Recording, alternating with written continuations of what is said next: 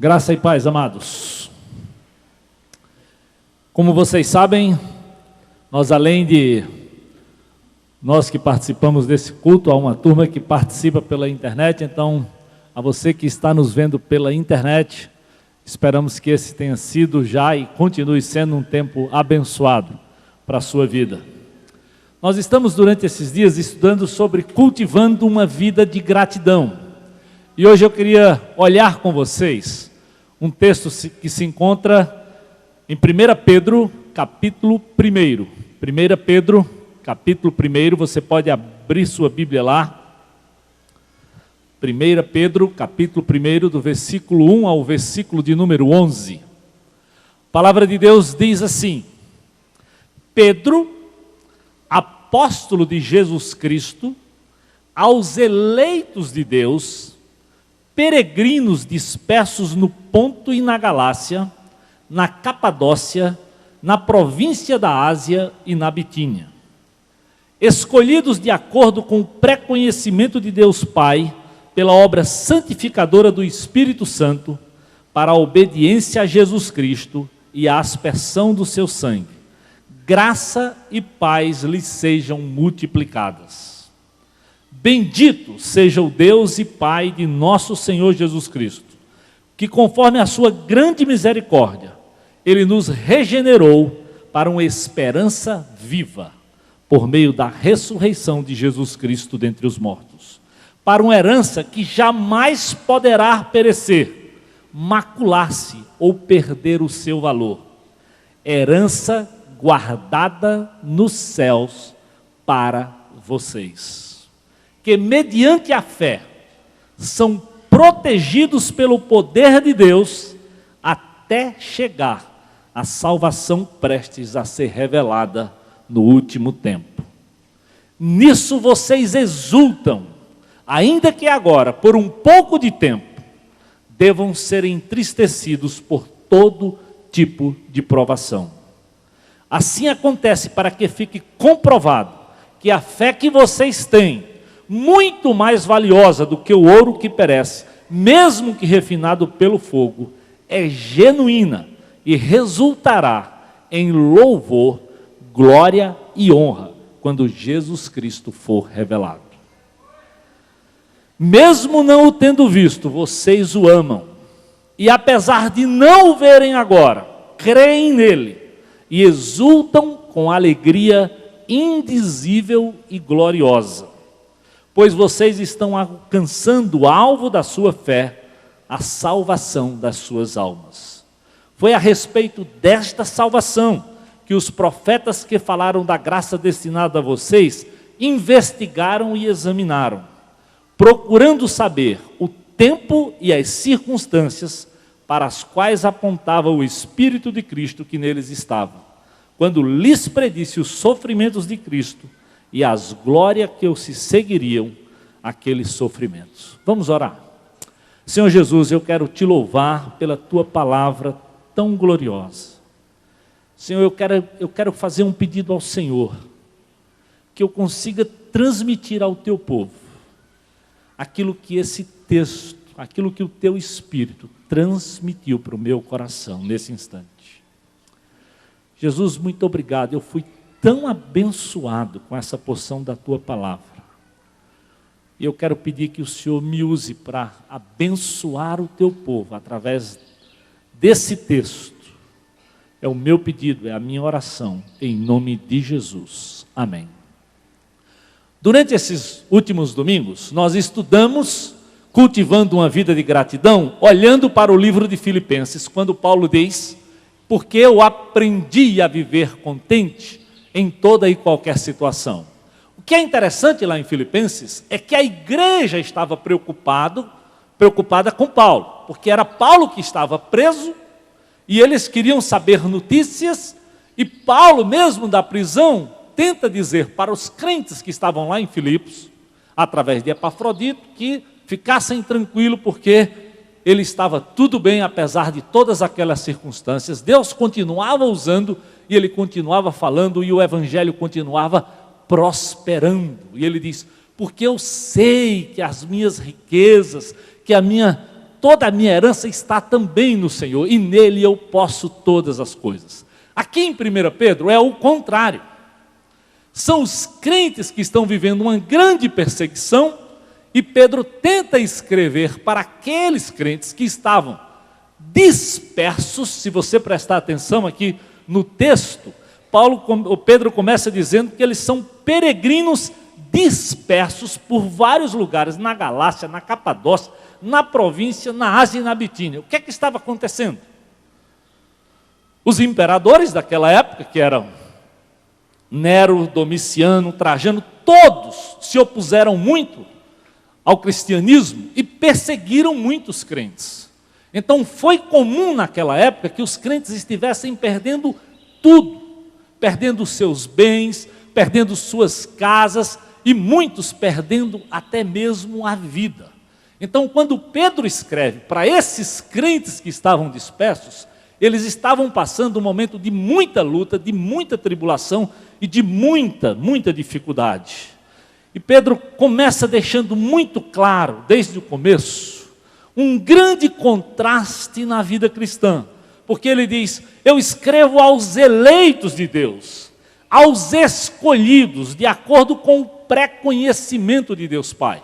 Olha só que coisa incrível como ele lida com os cristãos. Aqueles que são eleitos, que foram antecipadamente conhecidos pelo Senhor, e a Bíblia diz isso, e Paulo diz isso até em outros textos, que nós fomos antes da fundação do mundo já, que o Senhor nos escolheu.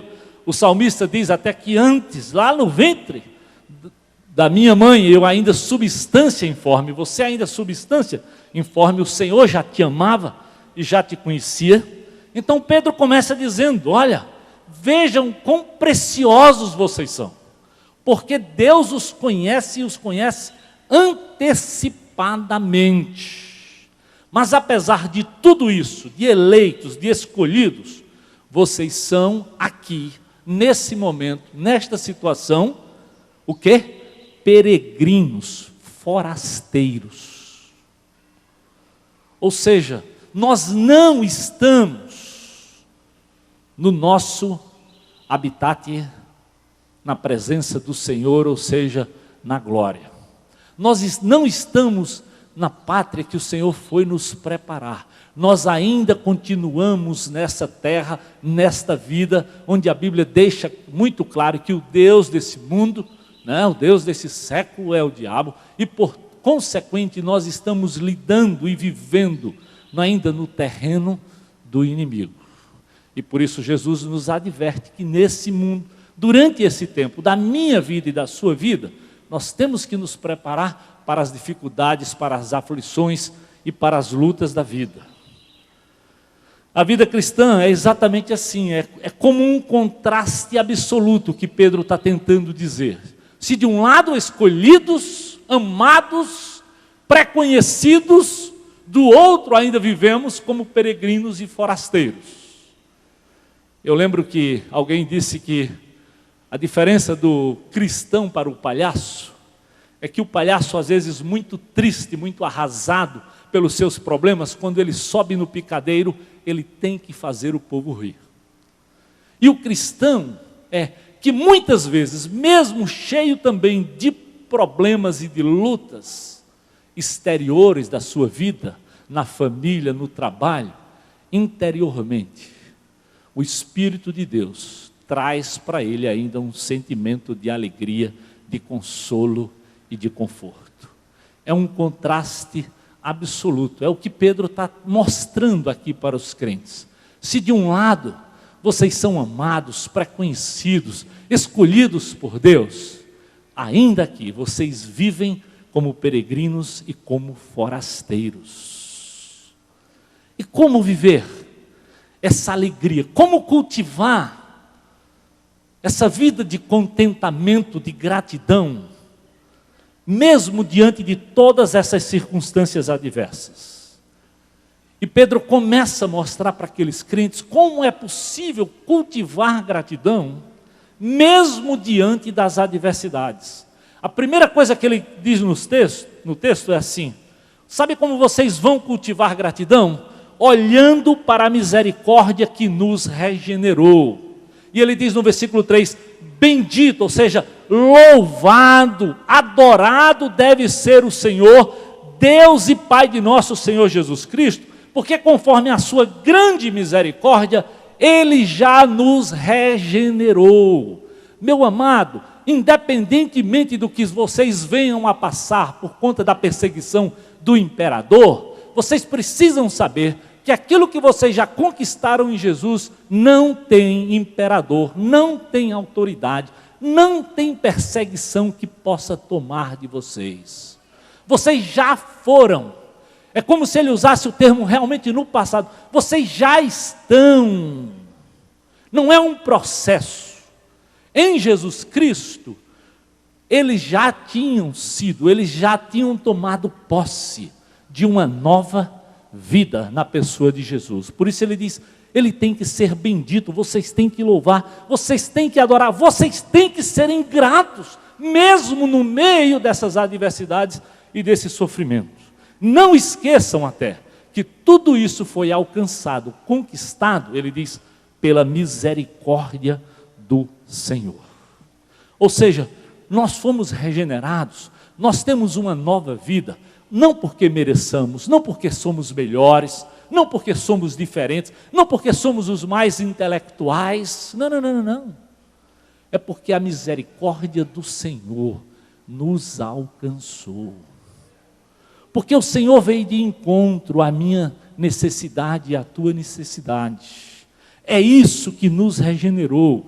Em Efésios capítulo 2, no versículo 1, Paulo diz aos crentes de Éfeso, vocês já não estão mais mortos nos vossos delitos e pecados. Sabe por quê? Porque Ele vos deu vida. E a vida que o Senhor dá, a Bíblia diz que é uma vida abundante. Você está entendendo por que nós podemos cultivar gratidão? Não é pelas circunstâncias, é por aquilo que Jesus Cristo fez por mim e por você. Eu e você estávamos mortos nos nossos delitos e pecados, mas Ele me regenerou, Ele te regenerou, Ele tem poder para dar vida e vida em abundância hoje. É o que Pedro está tentando dizer, é o que Paulo está tentando transmitir a mim e a você.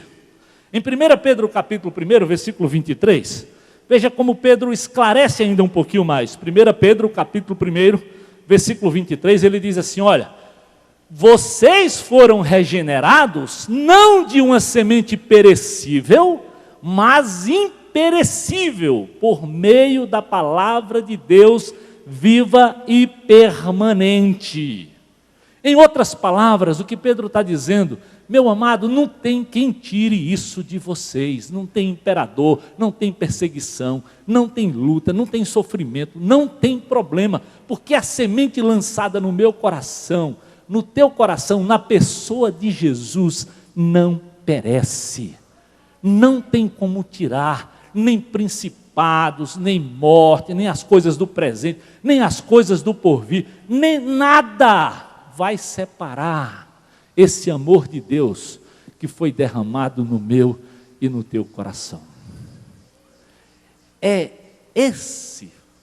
São essas verdades, são essas declarações tão claras que Pedro faz, que Paulo faz, que diz a mim e a você que eu posso cultivar essa vida de gratidão.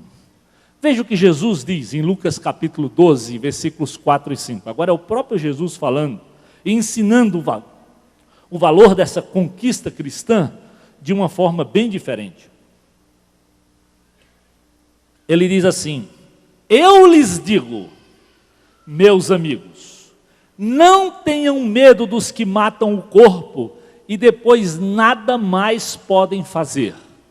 Mas eu lhes mostrarei a quem vocês devem temer.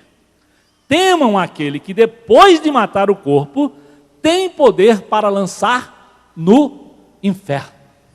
Mas esse já não é mais o nosso problema. Porque em Cristo nós já fomos regenerados. Em Cristo nós já fomos salvos. E esse poder, eles não têm mais sobre a minha vida e sobre a tua vida. Por isso, não há mais condenação para os que estão em Cristo Jesus. Nenhuma condenação. Porque Jesus Cristo, meu amado, pagou o preço. Ele consumou a obra. Aquilo que ele começou, ele completou. É isso, são essas verdades. É olhando para a palavra, é olhando para a profundidade teológica do que Pedro e Paulo estão tentando me dizer e lhe dizer, que eu e você podemos cultivar, viver, mesmo no meio das lutas, dos problemas de casa, do trabalho, e não são poucos, e a Bíblia não nega isso. E você sabe muito bem que eles não são poucos. Mas quando você olha para o que você tem na pessoa de Jesus, você pode ver como o desafio é perfeitamente possível de viver uma vida de gratidão, tomando posse das promessas, daquilo que o Senhor tem para mim e para você, meu amado. 2 Pedro capítulo 1, versículos 3 e 4. 2 Pedro agora, capítulo 1, versículos 3 e 4. Veja como Pedro ainda é mais claro, que ele diz assim, olha, o seu divino poder nos deu tudo o que necessitamos, para a vida e para a piedade, por meio do pleno conhecimento daquele que nos chamou para a sua própria glória e virtude. Presta atenção.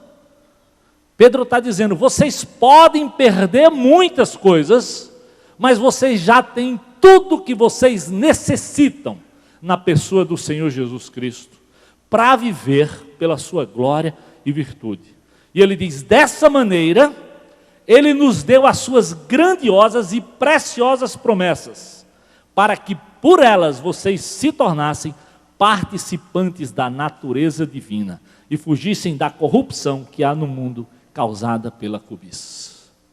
Meus amados, isso aqui não é promessa do pastor, não é promessa da igreja, é promessa da palavra de Deus. Ele vos deu as suas grandiosas, preciosas promessas, para que por eles vocês se tornassem participantes da natureza divina. Por isso, se alguém está em Cristo, já é uma nova criatura. Por isso Pedro podia dizer, vocês já foram regenerados, vocês já têm uma promessa e uma promessa de vida. Ele nos deu algo muito superior, suas grandiosas e preciosas promessas, tudo pela sua misericórdia, porque são as suas misericórdias, desde já do Velho Testamento, a causa de nós não sermos consumidos. As suas misericórdias que se renovam a cada manhã. Deus é tão bom que cada dia, cada manhã, Ele renova sobre a minha vida, meu amado, sobre a tua vida misericórdia. E se Ele não renovasse, a Bíblia diz, seria suficiente para que nós fôssemos consumidos. Então, levanta os olhos.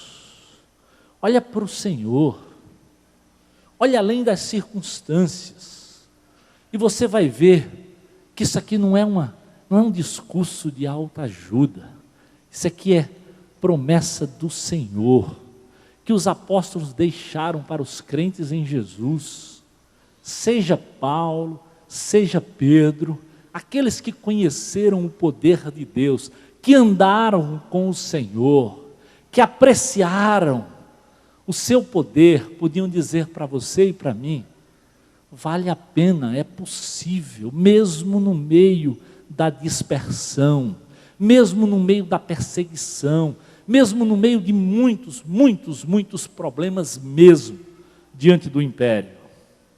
Levante os olhos, cultivem, aprendam, apreciem, olhem para o Senhor. A segunda maneira como Pedro nos apresenta como nós podemos cultivar uma vida de gratidão mesmo nas adversidades, veja que no final do próprio versículo 3 de 1 Pedro, ele diz assim: vocês foram regenerados para uma coisa qualquer. Vocês foram regenerados para uma vida, e a garantia é porque aquele que promete já ressuscitou, já venceu a morte. É incrível como Pedro gostava de enfatizar, até pela circunstância que o povo vivia, essa vida que eles tinham. 1 Pedro capítulo 1, versículo 23, ele diz: a palavra de Deus é viva. 1 Pedro 2 e 4, ele diz: Cristo é a pedra viva. 1 Pedro 2 e 5, ele diz: os crentes são pedras vivas. 1 Pedro 2, 24, ele diz: nós somos chamados a uma espiritualidade viva. Sabe por quê? Olha o versículo: porque ele levou em seu corpo os nossos pecados sobre o madeiro, a fim de que morrêssemos para os pecados e vivêssemos para a justiça. Por suas feridas nós fomos curados. Sabe por que nós temos vida? Isso é a repetição daquela promessa que Isaías já tinha dito a respeito do Messias, que ele levaria sobre si o teu pecado. Pedro disse: agora ele já levou, já é um fato, ele já veio, já habitou entre nós, nós já vimos a sua glória, ele já completou a obra. Não tem imperador, não tem autoridade, não tem problema que possa tirar isso da vida de um crente em Cristo Jesus. É isso, amado, que tem que me fazer, que tem que desafiar esse coração ruim aqui, a aprender a cultivar, pelas promessas de Deus, uma vida de gratidão e de alegria diante do Senhor. Pelas suas feridas, presta atenção, querido, não é pelo teu mérito, não é pela tua capacidade, não é pela tua frequência, não é pela tua oferta, não. Pelas suas feridas, daquele homem de dor, que sabe o que é padecer, mas que me amou, que te amou, que trouxe cura, que trouxe perdão para o meu e para o teu coração. Por isso, a Ele toda honra, glória e louvor. Por isso a Ele, Paulo diz, todo joelho vai se dobrar, toda língua vai ter que confessar que Ele é Senhor, para a glória de Deus Pai. É a Ele, amado. Como é que eu não vou ser grato? Como é que eu não vou apreciar? Como é que eu vou viver a vida como os demais que não têm esperança? Paulo diz, porque se nós não temos essa esperança da ressurreição, que diferença faz a minha fé das dos demais? Se nós não olharmos para esse fato, e lá em 1 Coríntios capítulo 15, quando ele fala dessa esperança viva de ressurreição, Paulo diz, onde está, ó morte, a tua vitória? E no versículo 57 de 1 Coríntios 15, ele diz, mas graças a Deus que nos dá a vitória por meio de nosso Senhor Jesus Cristo. A nossa vitória, a minha vitória, a tua vitória, o nosso motivo de gratidão tem nome, a pessoa do Senhor Jesus Cristo. A obra dele completa, acabada, consumada por mim e por você, amado. Toma posse, toma para si as promessas da palavra de Deus, somente isso. O que eu e você precisamos fazer para cultivar essa vida é olharmos para isso e entendermos que isso aqui tem a ver com o meu coração, com o teu coração, mesmo no meio das circunstâncias e da luta de uma cidade como Fortaleza, com certeza. Romanos 5:2, ele diz, é nessa esperança que nós estamos firmes e nos gloriamos. Presta atenção, é nesta esperança, na esperança da ressurreição que nós temos firmeza, porque essa ninguém pode tirar de mim e de você. Em Romanos 5:5, ele diz assim, esta esperança não nos decepciona, porque Deus derramou o seu amor em nossos corações por meio do Espírito que Ele nos cedeu. Você está entendendo o que a Bíblia está dizendo? Você está compreendendo a profundidade do que Deus tenta dizer para mim e para você? Esta esperança não nos decepciona. O patrão pode decepcionar, o marido pode decepcionar, a esposa, o vizinho, o filho, o pai, o amigo, o namorado. Qualquer pessoa pode.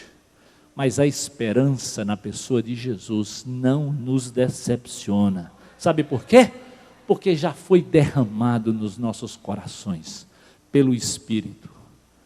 Nós fomos selados, guardados pelo Espírito de Deus. Era esta convicção que os crentes precisavam apreciar. E amado, isso não é de outro lugar senão da promessa da palavra de Deus. Isso não é invenção, senão o que Deus deixou registrado. Mas lembra, é por meio do Espírito que Ele nos cedeu. Por isso eu tenho que ser grato, você tem que ser grato. Nós que temos recebido, o que nós temos recebido é muito superior, é como se Pedro dissesse, aquilo que os imperadores podem tomar de vocês. Escrevendo aos Coríntios, em 2 Coríntios 4:17, Paulo diz assim, olha, a nossa leve e momentânea tribulação tem que produzir para nós um eterno peso de glória, acima de toda comparação, meus amados. A nossa momentânea tribulação, e ela acontece, a Bíblia não nega, mas ela tem que produzir para mim e para você, à medida que nós olhamos para o Senhor, para aquele em quem nós temos crido, tem que produzir na minha vida, na sua vida, um eterno peso de glória e muito acima de toda comparação. É assim, é olhando para as promessas do Senhor, para o que a palavra de Deus diz para mim e para você, que eu e você podemos cultivar essa vida de gratidão. É olhando para isso aqui que você não vai viver só reclamando, só para baixo, só murmurando, só sendo ranzinza com os outros. Porque você vai entender que a nossa fonte de alegria, de contentamento, de poder, de vitória, está no nome, na pessoa e obra do Senhor Jesus Cristo. Por isso a Ele, e só a Ele, a honra, a glória e o louvor. A terceira grande maneira que Pedro ensina os crentes a manter essa gratidão mesmo no meio das adversidades, está em 1 Pedro 1:4, quando ele diz assim, olhem para a herança infinita que nós já recebemos. Olhando para a herança infinita que já recebemos. Presta atenção de novo, é um fato, nós já recebemos. Não tem essa história se o imperador vai dar ou não vai, se ele vai tirar ou não vai tirar. Nós já recebemos uma esperança infinita em Jesus, que ninguém, absolutamente ninguém, nada mais pode nos tirar, meu amado. Herança é aquilo que você recebe, né? Quando o papai ou quando a mamãe, se tem alguma coisa, deixa para você. Eu quero lhe dizer, talvez do papai e da mamãe você nem tenha, mas em Jesus a Bíblia garante que eu e você temos uma herança infinita. Olha o que Jesus deixou em 1 Pedro 1, versículo 4. Uma herança que jamais pode perecer, incorruptível, que jamais pode macular-se, que jamais pode perder o seu valor, é uma herança guardada nos céus para vocês. Você está entendendo o tamanho da herança que nós temos em Jesus? Que o imperador, que a prefeita, que o governo, que o imposto de renda, que a receita, que a Cefaz não pode tirar? Porque ela está na pessoa de Jesus. Herança guardada, nada pode roubar, nem principados, nem potestades, nem as coisas do presente, nem as coisas do porvir, nada. Herança que não perece, que não morre, que é indestrutível. Quantas pessoas receberam grandes heranças e depois gastaram mal e perderam tudo. Lembra do filho pródigo? Pediu a metade da sua herança, saiu por aí, gastou tudo e voltou lá para o buraco. A de Jesus, ninguém pode tirar. A de Jesus, nada, nem você mais. Se você entregou a sua vida a Ele, pode. Não pode macular-se, ninguém pode manchar. Ela é indelével. Por isso Paulo diz, nenhuma condenação há para os que estão em Cristo Jesus.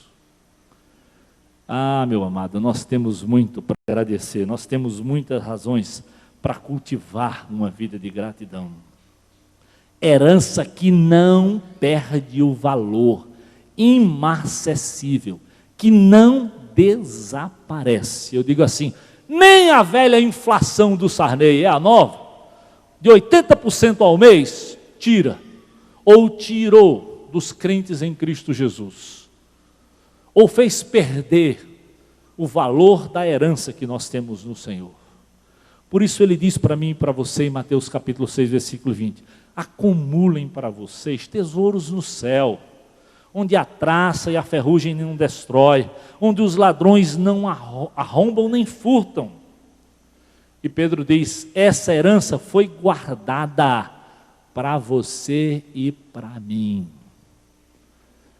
Herança guardada, e guardada sabe por quem? Não é pelo poder dos homens. A palavra é uma palavra militar mesmo, que eles entendiam bem, porque o império era o que eles mais viam, era o poder militar. Mas a minha herança, a herança que Pedro fala, a herança da palavra, é guardada pelo próprio Senhor Jesus Cristo, que é fiel, que é poderoso, que não falha, e que não só nos deu essa herança, ao deixar sobre nós o Espírito, e ainda disse mais, mas eu vou para preparar-vos lugar, há uma outra herança que vocês ainda vão tomar posse. Sabe, o papai deixou e talvez você gastou, ou talvez você tenha, mas Jesus deixou e ainda vai lhe dar bem mais. É por isso que é um fato que o melhor de Deus ainda está por vir. Porque hoje nós tomamos a ceia uns com os outros, mas um dia nós vamos tomar com Ele. Nós haveremos de vê-lo face a face, assim como Ele é. É essa herança, essa promessa, meu amado. São essas verdades das Escrituras que me desafiam e que me dizem que eu tenho, eu posso, eu devo olhar para a vida com uma atitude de gratidão. Levante os olhos. 1 Pedro 3,14 ele diz, mesmo que vocês venham a sofrer, porque praticam a justiça, vocês serão felizes. Não temam aquilo que eles temem. Não fiquem amedrontados. Isso é palavra de Deus. Não tenham medo, agradeçam ao Senhor. Lucas 12:7, o Senhor diz, até os cabelos da cabeça de vocês estão contados. Não tenham medo, vocês valem mais do que muitos pardais. É por isso, quando o salmista diz, e nós repetimos, que o Senhor é bom, Ele é bom demais mesmo. Porque Ele guarda até, e olha que a minha cabeça não é pequena, para cuidar de todos os cabelos, eu me sinto privilegiado. Alguns talvez ele já nem tenham muito cuidado, né?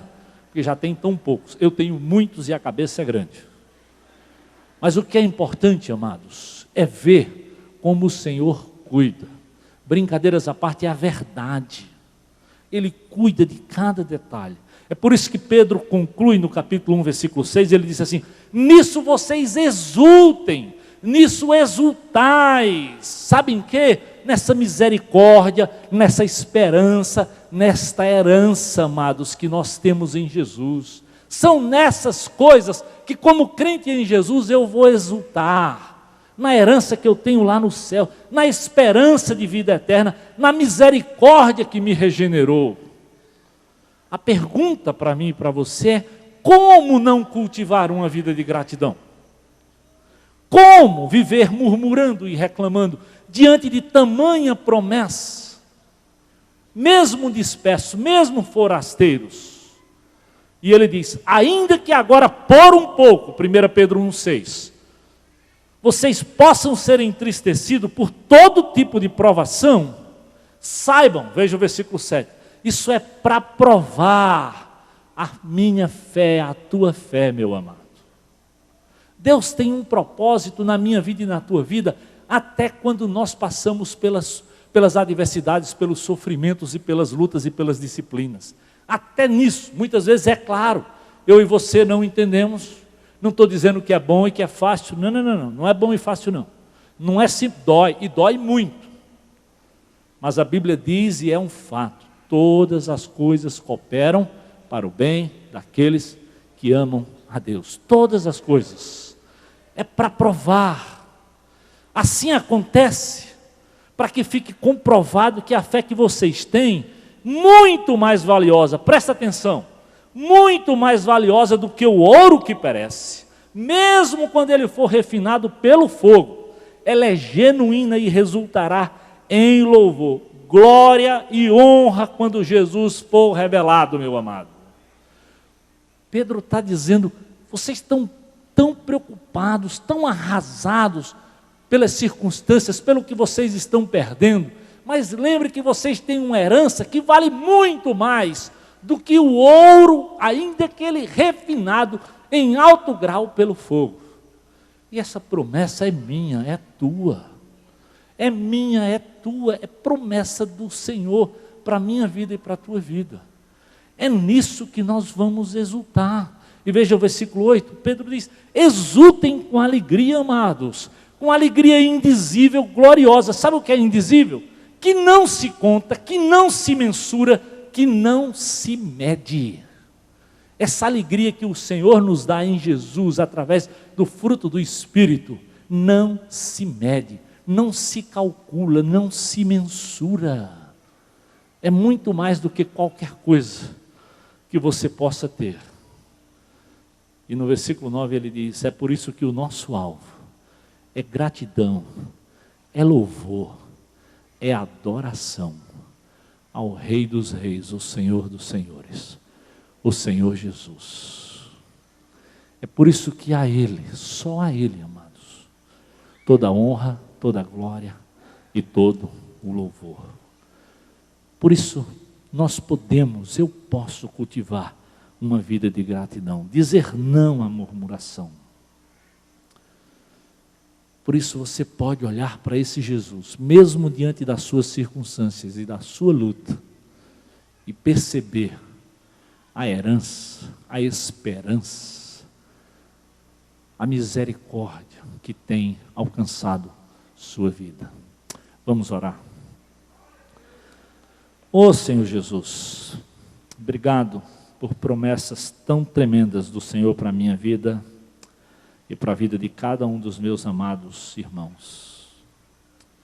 Muito obrigado pela tua palavra que é viva, que me fala de uma esperança gloriosa, indizível, que nada, absolutamente nada,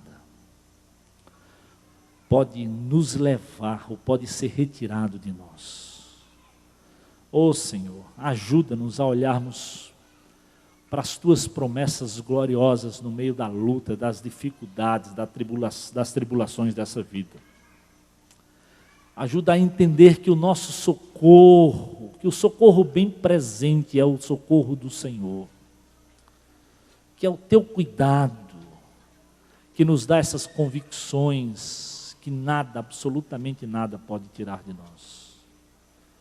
Faz o teu povo descansar, faz o teu povo apreciar tudo aquilo que o Senhor tem para nós.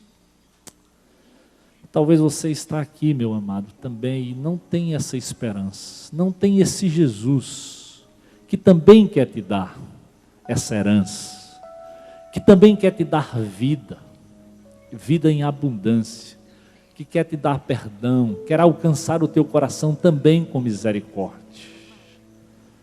E hoje, se você ouvir a sua voz, se você abrir o seu coração, Ele vem ao seu encontro para te dar essa vida eterna. Se alguém que hoje está dizendo, pastor, eu preciso ir ao encontro de Jesus. Hoje é minha noite de me entregar a Jesus. Eu quero ser salvo, eu quero ter vida, eu quero ter paz, eu quero tomar posse dessa herança. Se alguém, aí onde você está, levanta a tua mão e diga, pastor, estou aqui, eu quero tomar essa decisão hoje, para a honra e glória do Senhor. Levanta a sua mão, nós queremos orar. Amém, aleluia, estou vendo lá atrás, aleluia. Há mais alguém? Esse é o momento de você tomar posse dessa herança, dessa promessa. Há mais alguém? Aí onde você está, diga, pastor, eu quero. Hoje é o meu dia de também entregar a minha vida a Jesus. Aonde?